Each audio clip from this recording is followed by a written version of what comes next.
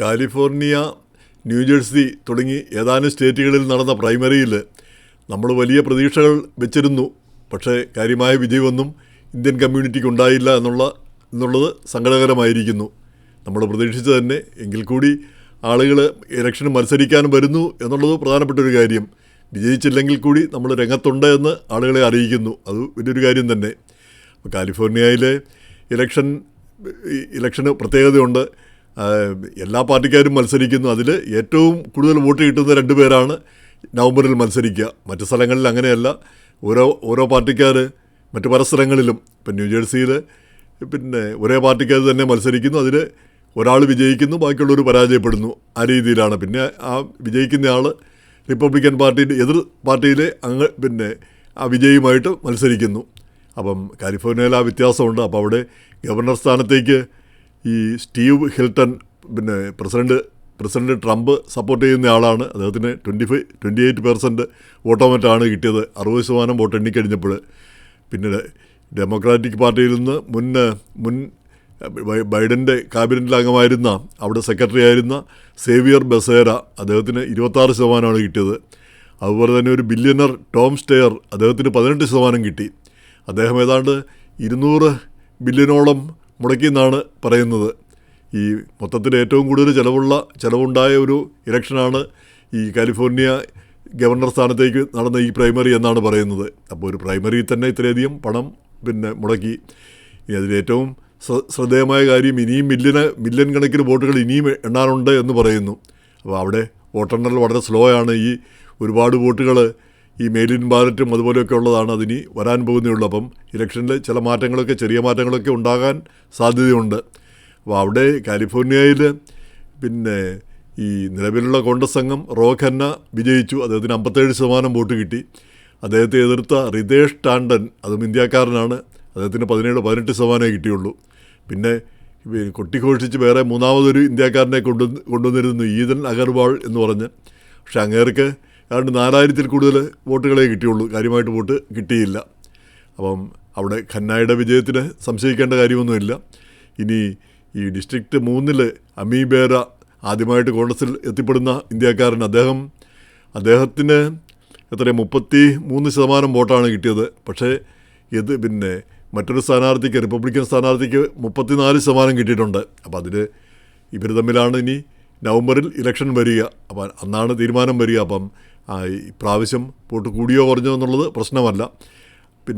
ആ നവംബർ ഇലക്ഷന് മത്സരിക്കാൻ ഇത് കിട്ടുക എന്നുള്ളതാണ് ഏറ്റവും പ്രധാനപ്പെട്ട കാര്യം. പക്ഷേ ഇനിയും വോട്ട് എണ്ണിത്തീരാനുമുണ്ട്. അപ്പം ധാരാളമായി വോട്ട് എണ്ണിത്തീരുമ്പോൾ എന്തായിരിക്കും സ്ഥിതി എന്ന് പറയാൻ പറ്റില്ല. ഇനി മറ്റൊന്ന് ഒരു ഡിപ്രസിങ് ആയിട്ടുള്ളൊരു കാര്യം, ഈ ലോസ് ആഞ്ചലസ് മേയറുടെ ഇലക്ഷനാണ്. നമ്മൾ ഒക്കെ പ്രതീക്ഷിച്ചാണ്. നിത്യാരാമൻ ഇപ്പോഴത്തെ കൗൺസിൽ അംഗമാണ്, മലയാളിയാണ്. അവർക്ക് വലിയ സാധ്യതയുണ്ട് എന്നാണ് കരുതിക്കൊണ്ടിരുന്നത്. പക്ഷേ നിർഭാഗ്യവശാൽ ഇപ്പം നിലവിലുള്ള മേയർ കാരൻ ബാസ് അവരാണ് മുന്നിൽ നിൽക്കുന്നത്. രണ്ടാമത് ട്രംപ് അനുകൂലിച്ചെന്ന സ്കോട്ട് പ്രാറ്റ് എന്ന് പറഞ്ഞ് അദ്ദേഹമാണ്. രണ്ടാം സ്ഥാനത്ത് സ്റ്റീവ് പ്രാറ്റ് രണ്ടാം സ്ഥാനത്ത് നിൽക്കുന്നത്. അപ്പോൾ അവർ തമ്മിലാണ് ഇനി മത്സരം വരാൻ പോകുന്നത്. നിത്യാരാമൻ ഔട്ടായിപ്പോയി. അപ്പോൾ അത് സങ്കടകരം തന്നെ. അതുപോലെ തന്നെ വേറൊരു വലിയ പ്രതീക്ഷ ഉണ്ടായിരുന്നതാണ് ഈ നാൻസി പെലോസി, മുൻ സ്പീക്കർ, അവരൊഴിഞ്ഞ ആ സീറ്റിൽ മത്സരിച്ച സൈഗത് ചക്രവർത്തി. അപ്പം അദ്ദേഹം വിജയിക്കുമെന്നുള്ള വലിയ പ്രതീക്ഷയുണ്ടായിരുന്നു. ഈ സൈഗത് ചക്രവർത്തി ജസ്റ്റിസ് ഡെമോക്രാറ്റ് എന്ന് പറഞ്ഞൊരു പ്രസ്ഥാനം തുടങ്ങിയ ആളാണ്, ചെറുപ്പക്കാരൻ. അദ്ദേഹം സ്ട്രൈപ്പ് എന്ന് പറഞ്ഞൊരു കമ്പനിയിൽ എക്സിക്യൂട്ടീവ് ആയിരുന്നു. വലിയ സാമ്പത്തികമായിട്ട് 135 മില്യണൊക്കെ ഉണ്ടാക്കിയ ആളാണ് ചെറുപ്രായത്തിൽ തന്നെ. പിന്നീട് അദ്ദേഹം ആ ജസ്റ്റിസ് ഡെമോക്രാറ്റ്സാണ് AOCയെ ന്യൂയോർക്കിൽ സ്ഥാനാർത്ഥിയാക്കിയത്, കോൺഗ്രസിലേക്ക് മത്സരിപ്പിച്ചത്. അവർ വിജയിക്കുകയും ചെയ്തു. പിന്നീട് അവരുടെ ചീഫ് ഓഫ് സ്റ്റാഫ് ആയിരുന്നു ചക്രവർത്തി. എങ്കിലും ഇവിടെ മത്സരിക്കുന്ന ചക്രവർത്തി അവർ എൻഡോഴ്സ് ചെയ്തില്ല. അതെന്താണെന്ന് മനസ്സിലാവുന്നില്ല. നേരെ മറിച്ച് ഇൽഹൻ ഉമറും അയേഷ താലിബും അവരൊക്കെ സപ്പോർട്ട് ചെയ്യുകയും ചെയ്തിരുന്നു.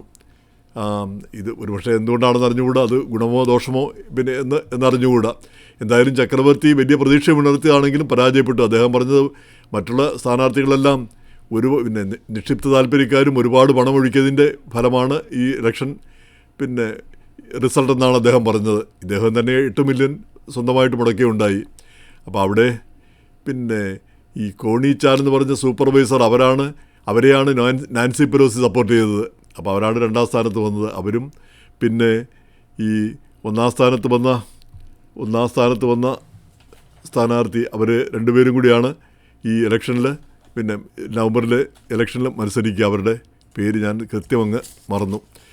ഇനി പിന്നെ അങ്ങനെയുള്ള അതുപോലെ തന്നെ അവിടെ 14ാം ഡിസ്ട്രിക്റ്റിൽ ഇപ്പോഴ് സ്റ്റേറ്റ് സെനറ്ററായ ഐഷ വഹാബ്, അവർ അഫ്ഗാൻ വംശജയാണ്, അവർ വിജയിച്ചിട്ടുണ്ട്. അപ്പോൾ അവർ ഇന്ത്യക്കാരി അല്ലെങ്കിലും ഇന്ത്യൻ കാര്യങ്ങളിലൊക്കെ താല്പര്യം കാണിക്കുന്നയാളാണ്. അവരാണ് ആ കാസ്റ്റിനെതിരെ ഉള്ള ഒരു ബില്ല് അവതരിപ്പിച്ചത്, അവിടെ പിന്നെ സെനറ്റിൽ കൊണ്ടുവന്നത്. അപ്പോൾ ആ ബില്ല് ഗവർണർ പിന്നെ തള്ളിക്കളയുകയാണ് ചെയ്തത്, വീറ്റോ ചെയ്യുകയാണ് ഉണ്ടായത്. എന്തായാലും അവരും നമ്മളുമായിട്ട് ബന്ധപ്പെട്ട ഒരാൾ തന്നെ, നമ്മുടെ ആ മേഖലയിൽ നിന്ന് വന്ന സൗത്ത് ഏഷ്യൻ എന്നുള്ള ആ ലേബലിൽ തന്നെ മത്സരിക്കുന്നയാൾ.